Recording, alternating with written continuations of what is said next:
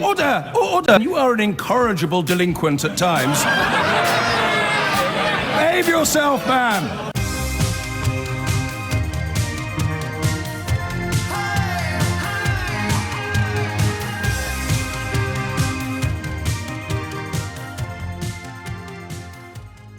And there is a rule in journalism that you should never become the story, which Theo Usherwood has just smashed to smithereens after having a frankly surreal encounter yesterday with this Steve Bannon character, the former Goldman Sachs banker who is passionately anti-elite. Yeah, I know, I don't get it either. But he's also, of course, one of the driving forces behind the Breitbart news site that is very popular with white nationalists and sundry other alt-right agitators. He came into LBC yesterday to be tickled by a presenter on the station, but the broadcasting regulations demand that nobody's allowed to be treated with completely kid gloves, which is why Theo Usherwood got dragged in. What happened, Theo?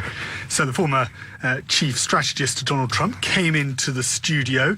Nigel started by asking Mr. Bannon whether he was a barbarian, as portrayed by the left.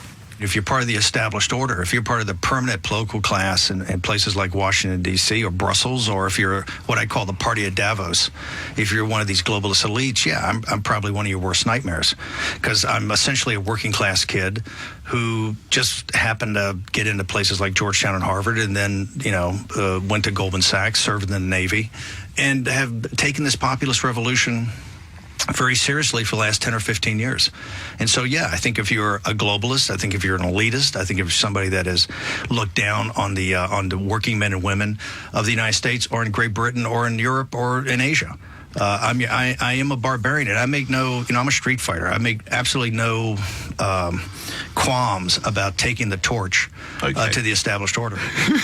So went to Georgetown, Harvard, and Goldman Sachs. And he's a barbarian. But he's a street fighter. Oh, I hope you didn't cross him, Theo. He sounds really tough. Talk from Steve Bannon. But it didn't stop there. Malcolm rang in. He was very unhappy about Theresa May's Brexit plan put forward at Chequers. This was Steve's advice. They're not going to pat you on the head and give you your country back. You're going to have to fight to take your country back every day, whether that's in Italy, whether it's in France, whether it's in England, whether it's in the United States. This is a daily fight. If you're in, like people in the United States and I'm in, we're going to win this thing. If we quit, and that's what they hope we do, they hope we go on and just get tired of it. If you quit, they're going to be in control. Sounds like a call to arms.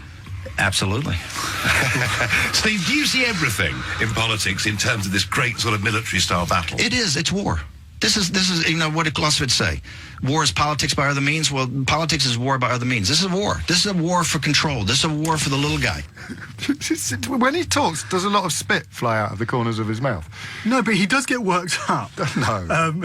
One of the more difficult questions put to Steve was on Trump's decision to separate children as young as 8 months old from their parents at the United States border with Mexico. And I highlight this bit because it's important. It's the reason we fell out later. Steve Bannon was unequivocal. The rule of law had to be upheld. You have to have the rule of law. If you want to keep it, you come through a port of entry. But you have to have decency. You come through the port of entry. You come through a port of entry. And in a port of entry, you can try to claim asylum. If you don't get it, you get sent back. If you get it, you stay together. If you illegally cross the border, it's just like a criminal in the United States. If you have an 8-month-old baby and commit a crime in the United States, they don't let you stay together in jail. Well, it's called the rule of law. By the way, it's a tough call, but it had to be made. So at this point, Steve Bannon's in control. He's got his emotions under wraps, James. But that's because he's a working-class street fighter. Working-class street fighter. Nobody had landed a punch on the working-class street fighter barbarian. But then Peter from Wimbledon rang in. Hi, very good morning, guys. Thanks for taking the call. I only wish, Steve, you had the guts to be interviewed by someone who is not on your side of political argument, because there's so many holes in what you just said. Peter, hey, brother. Peter, hang on for a second, bro. Hey, Peter, hang on. Take a deep breath. I'll get to my point. No, hang on. I've given our interviews in the last 3 weeks at CNN, at Channel 4 with Nick Fry, with Piers Morgan. Every day I go and get interviewed by guys that do not believe anything. Brother, bring heat, but don't make up stuff. Okay, now, Peter, stop the preamble and cut to the chase. Ask your tough question. You're such a tough guy. Give me a tough question.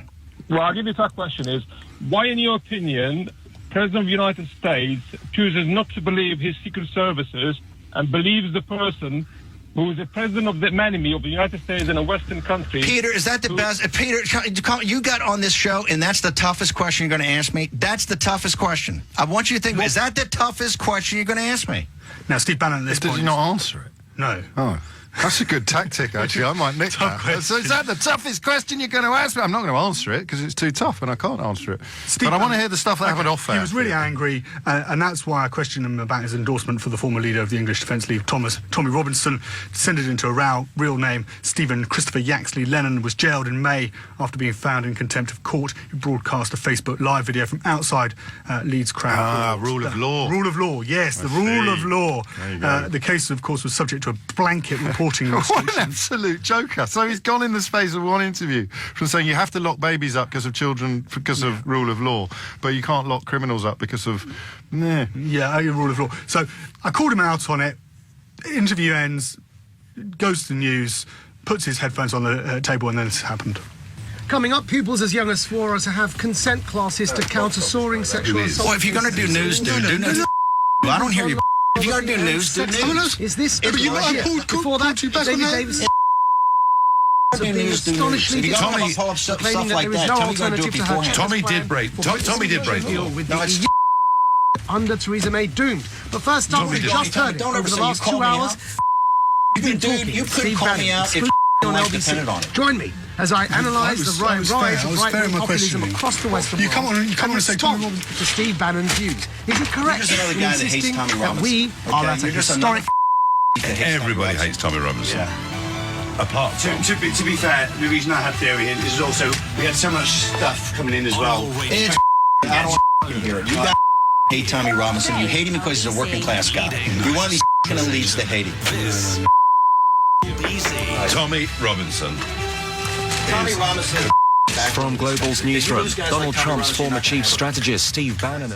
But this is the same guy that was going on about tough questions, and as soon as the microphone went off, he started crying and swearing at you. His mate, Donald Trump called him sloppy Steve. It's more snowflake Steve. Oh man, alive! This So is sad. beautiful. This is. What did we do? Did we make him a cup of tea or something like that? A working class cup of tea. No, he just sort of meandered out, and I sort of had to sort of get past him towards the stairwell, and that was it. How can anybody go in the space of 30 seconds from being the tough questions, and then just sort of bursting into Got tears? Steve Bannon. I can't answer that. Oh, Theo Usherwood, well done, mate.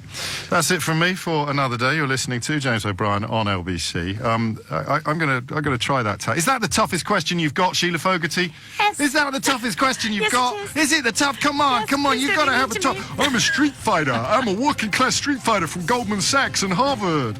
Well, What that's an literally the worst absolute talk-up I've joke. ever had. Sorry, let's do it again. Here's Sheila Fogarty.